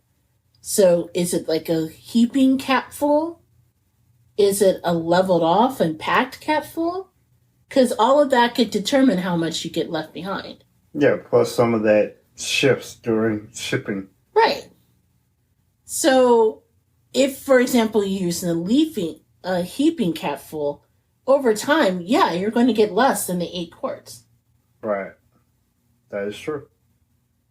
But this leads to a larger question, because obviously there have been other lawsuits that have been out this way. Like you and I were talking, like the Subway lawsuit where someone actually sued Subway because their footlong was not exactly a foot long. Subway has had a lot of lawsuits.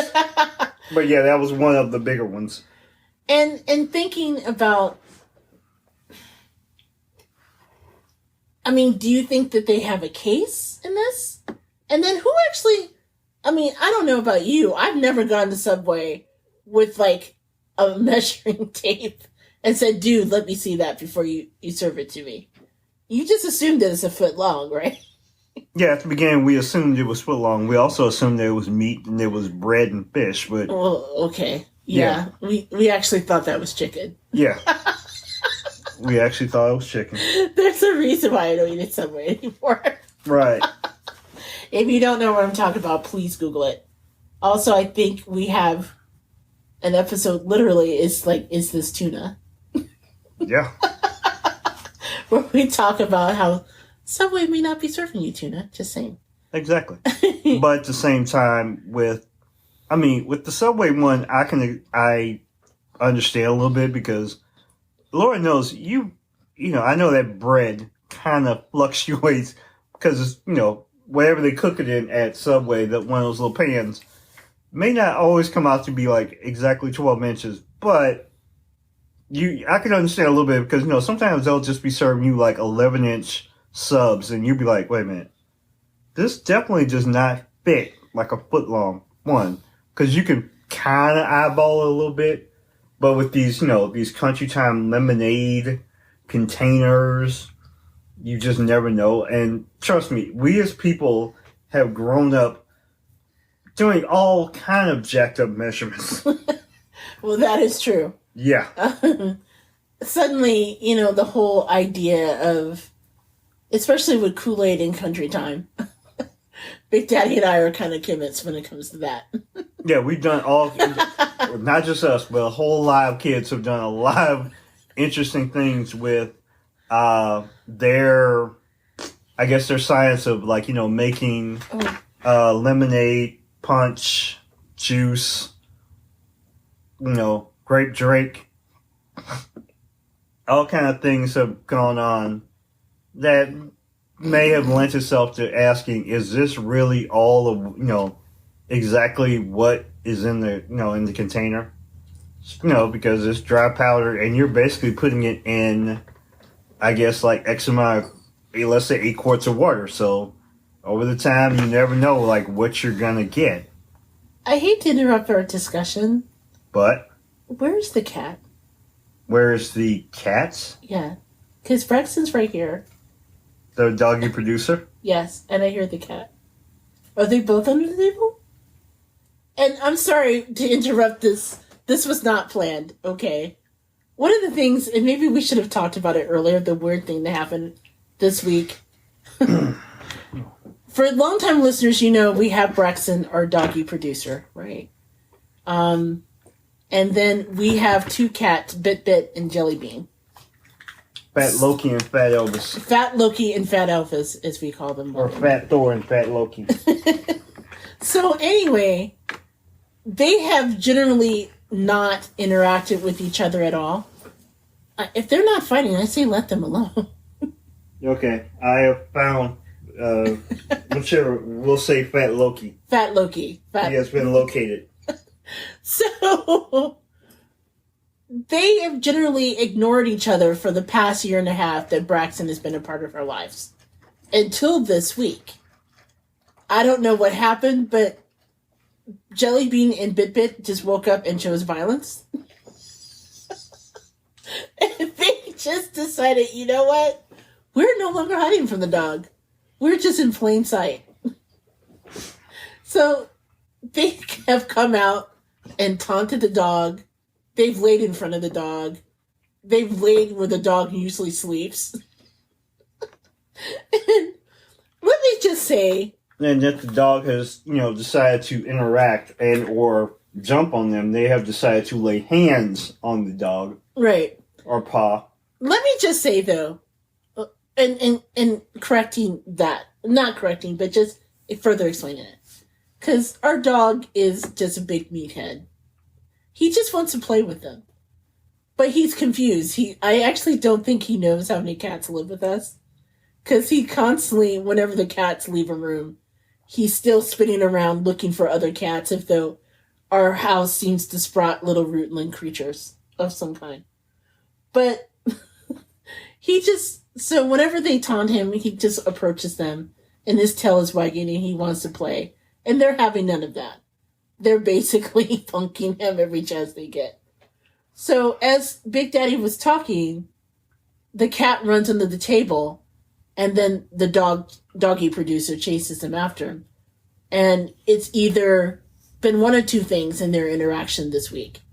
It's been one where they just peacefully sit across from each other and coexist. Or it could be that the cat just gets tired and pimp slaps him. And then the dog takes off running. And because I wasn't sure what was going to happen and which interaction was awaiting us under the table where we're recording, I decided to stop in case we need to intervene. Life is like a box of chocolates. You never know what you're going to get. That said, it seems like they've chosen peace. So now he's sleeping on top of my foot as he's wont to do. For the moment. Yes. So anyway, let me just ask, do you think this is a frivolous lawsuit? I'm sorry? Do you think it's a frivolous lawsuit? Anything that we go through, if you're angry enough, it could be taken as frivolous. Or, yeah, it could be legit, but I guess it depends on, like, oh, yeah, you're mad about it's, an overcorrection and they're giving you less but making you pay more or the same. And I know you want, the quote-unquote, justice of it, but at the same time, what's the amount that they're suing for? They weren't really specific.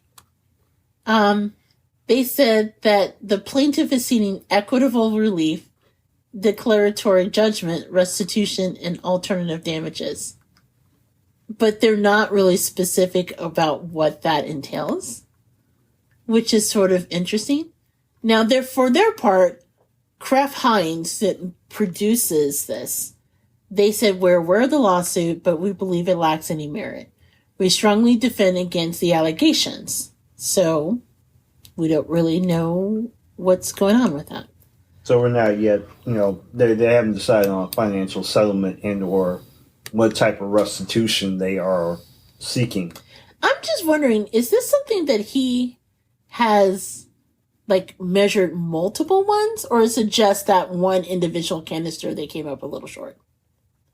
Because on one hand, and we had talked about this before, how inflation has changed it to where brands are actually specifically not giving us what we pay for.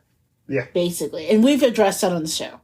So it could be a situation like that, or it could be a situation like I shared with you when I was what happened when I was a little kid, where Cracker Jack, many, many years ago, it could be just a one-off thing, right?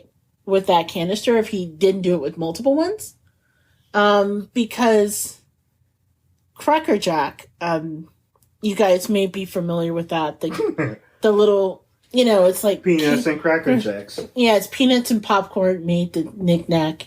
It's caramel coated Cracker Jack. That used to be the theme song. I'm so old. Anyway. Man, that was a long time. If you don't remember Cracker Jacks, then we are old. No, I can remember the theme song, but not what I made for dinner yesterday. That's so sad. Anyway. Pork tenderloin. When I was a child, there was a little girl in Carmel, Indiana, who famously sued the manufacturer of Cracker Jack and Borden Foods, right? And the reason why she got mad and sued them was she opened up her box of Cracker Jack and there was not a toy. Okay? Wow. Now, I remember reading this and thinking, well, one, growing up in Indianapolis, we all know Carmel was bougie as hell and kind of spoiled. But two, I know whenever I got a box of Cracker Jack in the hood, sometimes I got a box that didn't have a prize in it. Such is life, right? There's no such as life. They jacked your box. Well, this little girl was actually encouraged by her parents to actually sue them. The lawsuit said that Cracker Jacks broke its contract to deliver a prize, right? Yeah. So it actually went to small claims court. It made national news. And their father wound up being really pissed off that they didn't get what they wanted. So he's like, I didn't expect to be in the limelight to begin with, and I still don't know why it was picked up the way it was. Bro, it was picked up because you sued Cracker Jack. Who the fuck does that? Sorry. Seriously. But he's like, this has been very difficult for us to cope with. We just want our life to go back to normal. But here's the thing. The father encouraged her to sue after she just wrote a letter of complaint to the manufacturer and didn't get a reply, right? Yeah. So I guess they were expecting a hefty payday, but what they wound up with was a letter of apology and a coupon for a free box of Cracker Jacks. Which probably didn't have a toy in it either. I know. Just to be spiteful. I like how Cracker Jack literally could have just sent them a 65-cent toy and been done with this, but... I know. The lawsuit, here's the thing, right? Because they said that they gave about 16 billion toys. And according to Cracker Jack's spokesperson at the time, they had sent a coupon and a letter of apology to Wendy about 13 working days after we got the letter of complaint for her. Okay. And keep in mind, this was in the 80s. So it's not like it was email, okay? She sent a letter. It takes some time for a letter to go from Carmel, Indiana to a big-ass corporation like Borden. Yeah. But she didn't wait the 13 days. She literally sued them before. It was like next day. I know. Like, I'm suing right now. This is it. This is not going to work. No. So here's the thing.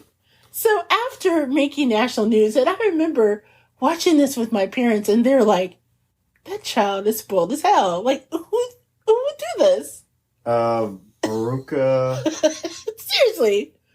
So the parents decided to back down because obviously all the attention they got, right? But here's the funny part. They were asking Cracker Jacks to reimburse them for the court costs, which was the $19 they spent to file the case. And Cracker Jack is like, nah, we're not doing that. So seriously, for a toy that's cost under $1, they got all of that. Which is crazy. At the same time, I understand. But nonetheless, Country Time hopefully doesn't have to go through that, but we don't know. Hopefully Country Time. I'm just wondering if this is going to go the way of that lawsuit. Because literally, I mean, I can understand it if it was like dramatically different. But at best, you weren't going to get by their own measurements the 8 quarts anyway.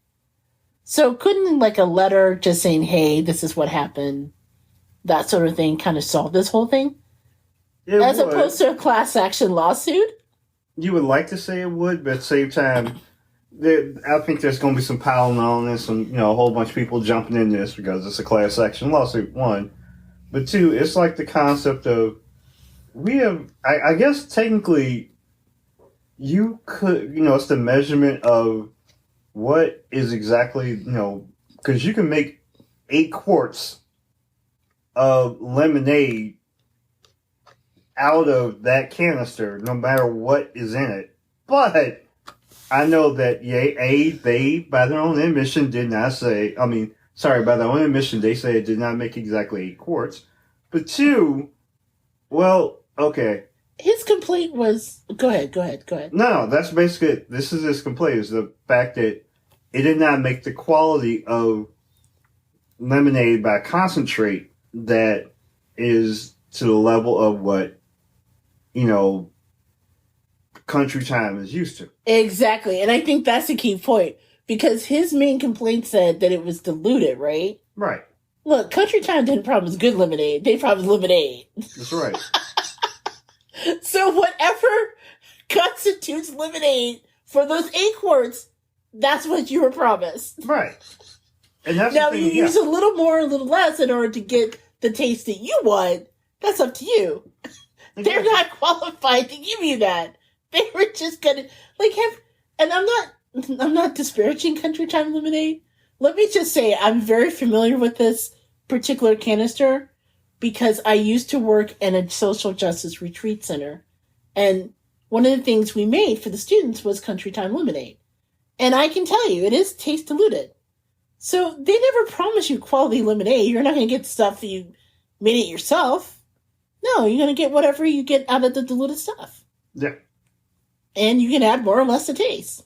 So technically they delivered. That's right. And growing up, we did a lot more of adding than subtracting. So yeah, I fully understand.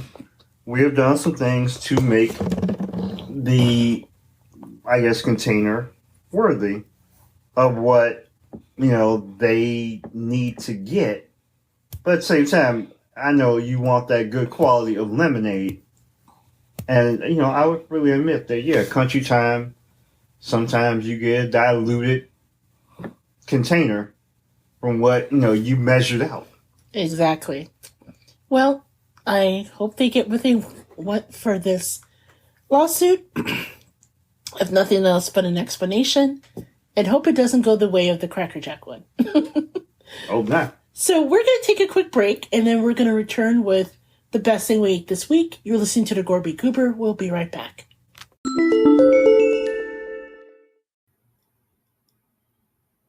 Hey guys, this is JJ Outlaw. And T Outlaw. And we're the co-hosts with the Gourmet Goober podcast with a very important question. Are you a little gourmet or a lot wretched? Or maybe you consider yourself gumbo worthy. Hey, if the answer is yes to any of those questions, then you need to tell the world with your very own Goober swag. From mugs and aprons to t-shirts and sweatshirts, it's the perfect way to show your love for the Gourmet Goober podcast and, help us keep the lights on in the process.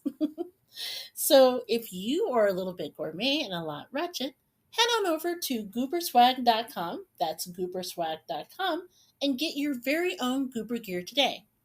Tell them Big Daddy sent you. That's right. Tell them. Hey everyone, this is JJ Outlaw. And T Outlaw. And we are back with the third segment of the Gourmet Goober podcast. This is where we take a moment to review the best thing we ate this week. As a reminder, if you have a restaurant, a recipe, or anything in between that you want to share for this segment, you can email us at thegourmetgoober@gmail.com. That's thegourmetgoober@gmail.com and share it and we'll mention it on the show. So as always, we start with Big Daddy. That's me. And I think I have an idea of what you were going to pick, which is hilarious because I think this will probably be the first time in history that we are really divided on this dish. You want to go? Well, I guess so. It was funny because the Goober brought this into my life, like excitedly, and I was like kind of ambivalent to it, like, oh, okay, whatever. And the fun part was because this was around the magical pseudo date of 420. Yes. And she was all excited because the Goober has never partaken of any medicinal herbicide or herbicisms. She decided to partake of the Wingstop order of glazed and glazed wings. Yes. All right, kids. She was so excited because she was like, oh, this is going to be magical. We're going to see what happens with these wings. I got to try them. And she was so gung-ho about bringing them home. So we sit down with these wings. And we also had some lemon pepper to the side. We sat down. We started eating them. And the Goober just, nah, it didn't go. I took one bite and I was like, nah, this is not it. You love them. Okay, I won't say that I love them, but it is the best thing I ate this week because if you really think about the random trash I shouldn't say trash. This really says a lot about the things that I did not eat this week. I didn't go to a lot of crazy places or have a lot of huge things, but yeah, the Blazed and Glazed wings actually, I mean, they weren't off the top, mind-blowing, but it was an interesting change of pace. I will say that. As we talk about the things that, the ingredients that were coating these wings, actually kind of calmed me down a little bit. I mean, it kind of made me a little mellow once I, got through the initial taste. Now, the Goober, however, well, not so much. Okay. Is it okay if I explain a little bit? Go get it. Okay, first of all, let's just take a step back because the Blazed and Glazed wings, and I think, did we talk about on the last podcast? I don't remember if we did. It's something that Wingstop was offering in honor of 420. And no, it did not have weed in it, but it was flavored with hemp seeds, terpenes, which my understanding is it's like chemical or additives that you add to weed to give it its flavor. Clearly, I know nothing about this. Strawberry and cayenne pepper, right? Yes. It was a limited time offer. They only offered it on 420. We got it the day after. And yes, I was being kind of playful and goofy because I have a confession, particularly since I know that there's one listener to the podcast who is quite a fan, and we've communicated on social media before for the things that 420 celebrates. And yes, thank you for outing me. I have never in my life. I didn't out nobody. You mentioned that I never partake in. I didn't say specifically what you did not partake of. You heavily implied. I don't know. It just. Allegedly. You know what? I'm not ashamed. I have never partaken of it. She's never passed. I've never passed or puffed or anything in between. I don't know why. Like when I was younger, I just never did it. And it was very illegal. It's still illegal where we live, but across the border it is not. So it's kind of weird because where we live, it's like 20 minutes away and it's not. But when I was a kid, I don't know. It's like, okay. It was like I explained to you one time when we were talking about years and years and years ago. And you remember like the commercials for the Just Say No, that horrible war on drugs, which was racially motivated, but we won't get into that. But anyway, you know how they have like the very special episode of the commercials where someone jumps out or just offers you randomly weed? They must have just looked at me and said, oh, she's a square. We're not offering her anything. I wouldn't know where to buy it. I wouldn't know where to go for it. No one's ever offered it to me. If it wasn't like a legal place you could go to, I would know. I'm so basic in that regard. And I've never had the opportunity to. So when I found out about these wings, yeah, I was really goofy because I'm like, ooh, this is something I can do. Mm-hmm. And you were like, no, I don't want any. Like, no, we should totally do it. And I was getting into it. I was playing Afro Man on the way to pick him up. Yeah. Okay. So we bring him home. And I'm like, we got the weed wings. I was singing it and everything. I was not obnoxious. I took one bite and I was like, oh my God, it's like eating a menthol flavored wing. It was like eating a tree. And then I looked at you and was like, is this what marijuana tastes like? And you were like, I can't believe you asked me that question. And I wound up offering you most of the wings because I wanted to stick to my lemon pepper, which is my jam. That's fine. You know what. You knew your lane. And after you tried, you knew where to go. My problem is I'm so goofy, most people think that I partake anyway. Like I told you about that one time, my sorority, they had a barn dance. And I was there, and they had some older alumni for the sorority hang out with us. And most of the people were drinking. And me, I'm allergic to alcohol. So what I did was there was a brand of root beer that came in bottles in a 6-pack that looked like beer. Okay. And I brought it with me. And all of my sorority members knew that I don't drink. So it was fine. I was popular. I was the one that like walked everyone home and everything. So there was this one sorority sister that really hit it off with me. And she ran out of beer pretty early in the evening. And she's like, JJ, can I have whatever you're drinking? And I wasn't even thinking. I was like, yeah, girl, go ahead. So she goes and takes a bottle, takes one good swig, and it's like, wait, you're sober? I'm like, yeah. She goes, girl, I want to hang out with you more often because Dude, I would never have known. You are your own life of your party. I am my own weed. Yeah. No, to be clear, I've had CBD and CBD rocks, but yeah, that's about as close as I could get. And then to what you were alluding to, part of the reason why, admittedly, I have never tried the medicinal stuff is the fact that I am so sensitive to everything.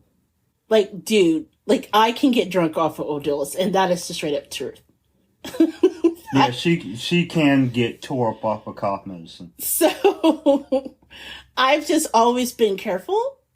And seriously, whatever was in the hemp and the terpenes, I was knocked out within like 12 minutes of eating it. It was like the super-itis.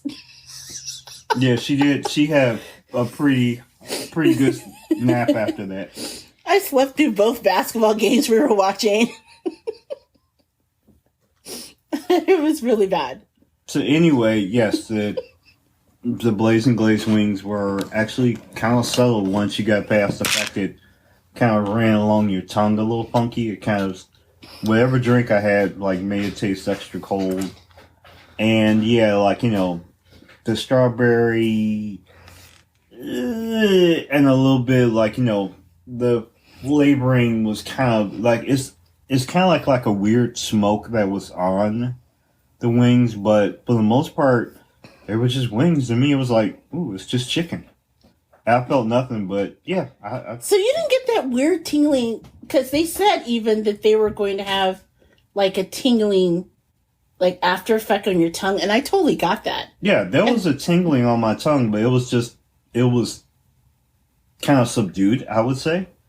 And like I said, other than the sensation of like feeling things extra warm and extra cold, and the fact that after 20 minutes, I was a little more mellowed than I was when I first started.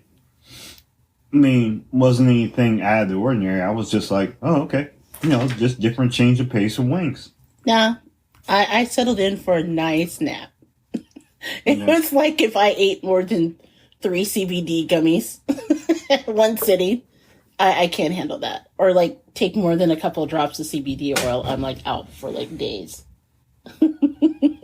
And so the disclaimer to the government is the Gourmet Goober does not endorse taking anything that is illegally, you know, obtained and or in your individual state, because we realize that in all 50 states it's not illegal. This is not an advertisement for that, and there's no marijuana or THC in these wings. That said, it knocked me out. Yes. I did not get. I was bummed out. I was at least hoping I was going to get a munchie or two, but no, not even a munchie. No, I gotta admit, didn't get the munchies either. But you know, I guess it does help. Like, you know, with, you know, my, you know, the help eating the food. But for the most part, it was the best thing I ate this week, and I was glad to try it. But that was about it. So anyway. Well, one thing, and I'll put the information about it in the show notes, but one thing I want to remind listeners is it's for a limited time off. It was for a limited time. So it's probably by the time it's out, this podcast is out, it won't be available in your area. That said, maybe Wingstop will bring it back, and if so, you can try it yourself. Well, the best thing I ate this week actually was something that I saw on Duff Goldman's new show. And if you know Duff, he's more known for his sweet dishes. He has a bakery that he ran for many, many, many years. He is the ace of cakes. He is the ace of cakes. But now he has a show that is called Ace of Taste, where Duff showcased some of his more savory cooking styles that he has available. So in this particular show, and I think it just debuted, he had a recipe for chili con carne, which is traditional Texan style chili. That's chili with no beans, no spaghetti. So I think I mentioned in another podcast how I was taught to make it years and years ago by my dad. which is more Cincinnati style.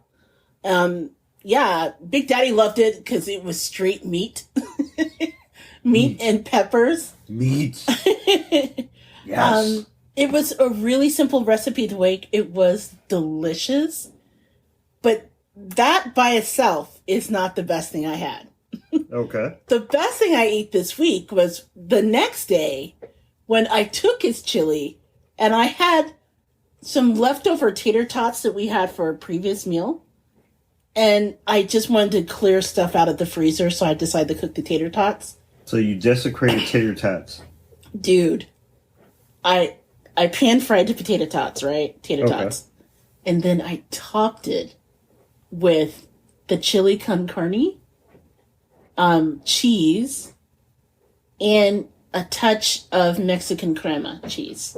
Or crema, which is Mexican sour cream. Why not Oaxaca? That's something totally different. You just wanted to say that. Yes, I did. You're proud that you know what I'm saying.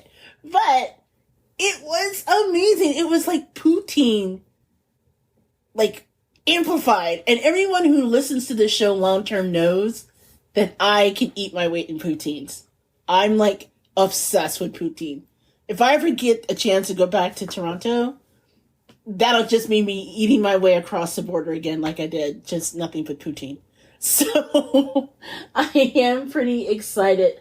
I was pretty jazzed. And I don't know what made me try the dish, but it was so good. It was perfect, right? Because the crispiness and the texture of the tater tots and the heat, and the meaty texture for the chili con carne. Beets. And then, you topped it off with some sour cream or crema.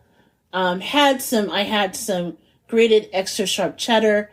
And I had some green scallions. I had some scallions and I chopped them up fine and put them on. Just perfect. It was just umami in every bite. It was amazing.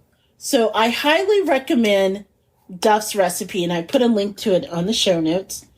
But if you could do that and get your life and top tater tots on it, I mean, I'm sure it would be French fries, but the tater tots were perfect because the great thing about tater tots, if you cook them just right, they have that really incredible crisp on the outside of it and the potato flakiness inside.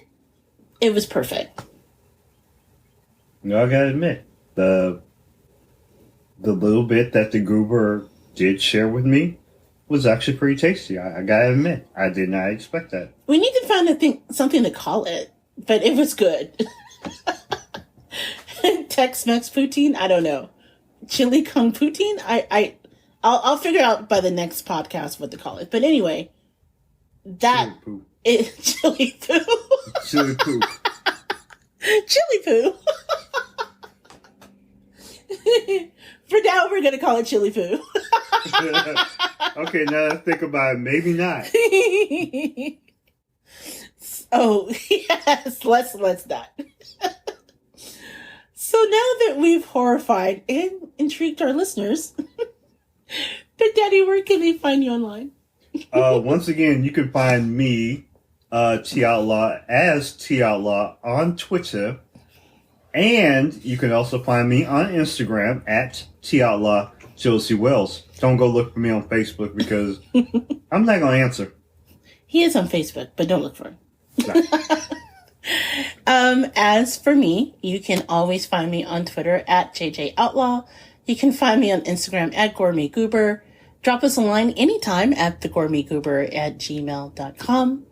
You can also visit the Gourmet Goober blog, either on Facebook as the Gourmet Goober blog, because that's how we started, or you can go to thegourmetgoober.com. We can get links to recipes, deals with our sponsors, link to our Goober swag. You can check out our swaggy new media kit that I just posted and designed. Woohoo!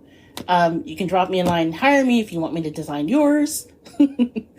But for Big Daddy and I, we want to say thank you so much for listening to the Gourmet Goober.